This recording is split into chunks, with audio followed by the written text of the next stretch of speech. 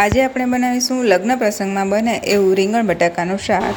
રીંગણ બટાકાનું શાક બનાવવા માટે રીંગણ બટાકાને સારી રીતે ધોઈને મોટા ટુકડામાં કટ કરીને એને કુકરમાં લઈ લીધા છે। હવે એમાં હળદર અને પાણી ઉમેરીને 4 વિસલ સુધી કૂક કરી લેવું।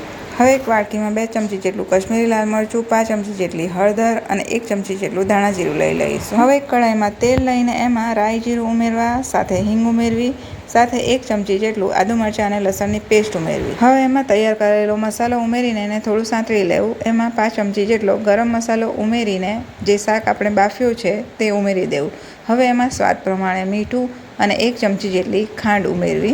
હવે શાકમાં 1 થી 1.5 ચમચી જેટલો આંબલીનો પલ્પ ઉમેરીને એને સરસ રીતે મિક્સ કરી લેવું। હવે શાકમાં ઉપરથી વઘારવા માટે તેલ લઈને એમાં 2 સૂકા લાલ મરચાં, થોડા કડી પત્તા અને થોડું કશ્મીરી લાલ મરચું ઉમેરીને એને શાકમાં ઉમેરી દેવું। હવે વઘારને શાકમાં મિક્સ કરી દઈને એને પૂરી અથવા રોટલી સાથે ગરમા ગરમ સર્વ કરવું।